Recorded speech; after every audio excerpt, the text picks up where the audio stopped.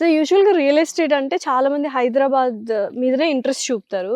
మీరేమో ఇక్కడ 350 ఏకర్స్‌లో Shri city develop చేస్తున్నారు. Yeah. అసలు ఎవరెవరు వచ్చి కొంటారు? అసలు ఖమ్మంలో ఎందుకు ఇన్వెస్ట్ చేయాలి?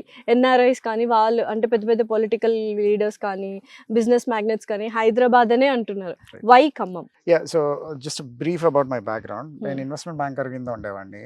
జర్మనీలో పనిచేసేటప్పుడు సేల్స్ ఆఫీసెస్ అన్ని ఫ్రాంక్ఫర్ట్, తర్వాత స్టుట్గార్ట్ లాంటి మెయిన్ ఏరియాస్లో ఉండేవి. హ్మ్. డెవలప్మెంట్ సెంటర్స్ అన్ని చిన్న చిన్న విలేజెస్లో ఉండేవి. హ్మ్. సో అక్కడ ఏంటంటే డీసెంట్రలైజ్ డెవలప్మెంట్ ఉంది. ఓకే. అట్లా నేను సింగపూర్లో కూడా చేసినప్పుడు సింగపూర్ కూడా రెడ్ డాట్ అనేటోళ్ళు. హ్మ్. వాళ్ళు ఏంటి అంటే ఎప్పుడైతే పాపులేషన్ పెరుగుతుందో, ఫారెన్ వర్కర్స్ పెరుగుతున్నారో వాళ్ళు కంటైన్ చేసేవాళ్ళు. ఓకే. సో అలానే ప్రతి సిటీకి కూడా, హైదరాబాద్ అనే కాదు, బెంగళూరు కానీ, Chandigarh which is the most well plan city, దానికి కూడా ఏంటి అని అంటే ఒక లిమిట్ ఉంటుంది.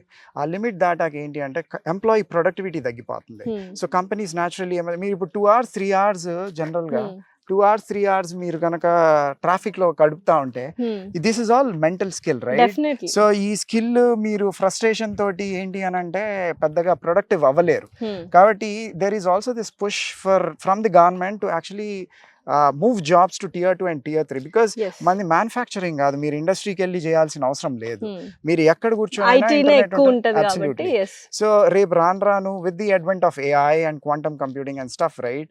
సో మీరు ఇంట్లో నుంచి చేసుకోవచ్చు. So which means tier 2 tier 3 ప్లేసెస్లో మీకు చాలా పుష్ ఉంటుంది.